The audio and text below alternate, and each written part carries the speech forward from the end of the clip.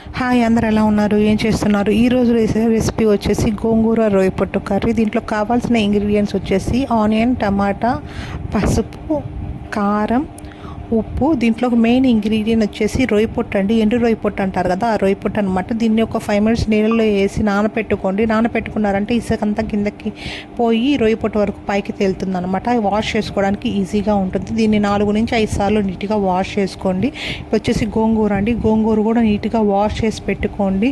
ఒకవేళ మీరు రొయ్యపొట్టు నీట్గా కానీ వాష్ చేసుకోలేదంటే కర్రీ అంతా ఇసుక తగులుతుందండి. సో నీట్గా వాష్ చేసుకోండి. దీనికి పోపు పెట్టేసుకుందాము. పోపులోకి వచ్చేసి ఒక 4 స్పూన్ల నుంచి 5 స్పూన్ల వరకు ఆయిల్ వేసుకుంటే, దీంట్లో ఆయిల్ కొంచెం ఎక్కువగా ఉంటేనే టేస్ట్ బాగుంటుందండి. ఆయిల్ కాగిన తర్వాత ఆవాలు వేసుకుందాం. ఆవాలు వేసుకొని చిటపట్లాడిన తర్వాత ఆనియన్ అండి. ఆనియన్ ఫ్రై అవ్వాలి అంటే కొంచెం ఉప్పు వేసుకొని ఫ్రై చేసుకోండి. తొందరగా ఆనియన్ అనేది ఫ్రై అవుతుందన్నమాట. ఆనియన్ ఫ్రై అయిన తర్వాత టమాటాలు కట్ చేసి పెట్టుకున్నాం కదా, ఆ టమాటాలు వేసుకొని, టమాటాలు కూడా తొందరగా మగ్గాలి అంటే కొంచెం పసుపు వేసుకోండి. పసుపు వేసుకొని టమాటాలు, ఆనియన్ అనేది మంచిగా మగ్గనివ్వండి. అవి మగ్గిన తర్వాత మనం ఆల్రెడీ వాష్ చేసి పెట్టుకున్నాం కదా గోంగూర అనేది, ఇప్పుడు ఆనియన్ టమాటాల్లోకి గోంగూర వేసుకోండి. గోంగూర వేసిన తర్వాత మీ టేస్ట్కి తగ్గట్టు కారం అంటే అదే రెడ్ చిల్లీ పౌడర్ అంటారు కదా, ఆ రెడ్ చిల్లీ పౌడర్ వేసుకొని దాంట్లోనే కొంచెం ఉప్పు వేసుకోండి. మీరు చూసుకొని ఉప్పు వేసుకోండి, ఎందుకంటే ఆల్రెడీ ఆనియన్లో ఉప్పు వేశారు కదా, సో చూసుకొని ఉప్పు వేసుకోండి.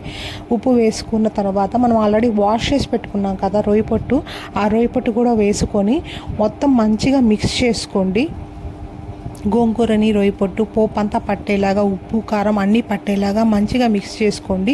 దీంట్లో ఏంటి అంటే గోంగూర ఉడికితే సరిపోతుందండి, అంతకుమించి రొయ్యపొట్టు అనేది పర్టికులర్గా ఉడకాల్సిన అవసరం లేదు. ఎందుకంటే గోంగూర ఉడికే లోపల రొయ్యపొట్టు అనేది ఉడికిపోతుంది అనమాట.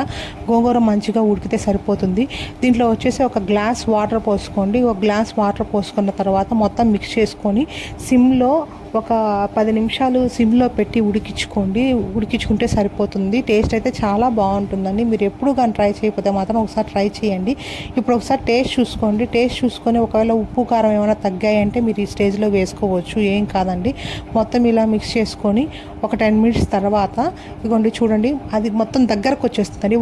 వాటర్గా అంతా ఏం ఉండకూడదు, గుత్తంగా అంటారు కదా ఇగురులాగా, అలా ఉంటే సరిపోతుంది. అలా వస్తే కర్రీ రెడీ అయిపోయినట్లేనండి. మీరు ఎప్పుడు కానీ ట్రై చేయకపోతే ఒకసారి ట్రై చేయండి. నాకు తెలిసి ఈ జనరేషన్ వాళ్ళకి అయితే ఈ కర్రీ తెలిసి ఉండదు. సో ఒకసారి ట్రై చేసి ఎలా వచ్చింది ఏంటి అనేది నాకు కామెంట్లో చెప్పండి. ఈ వీడియో నచ్చినట్లయితే లైక్, షేర్ అండ్ సబ్స్క్రైబ్.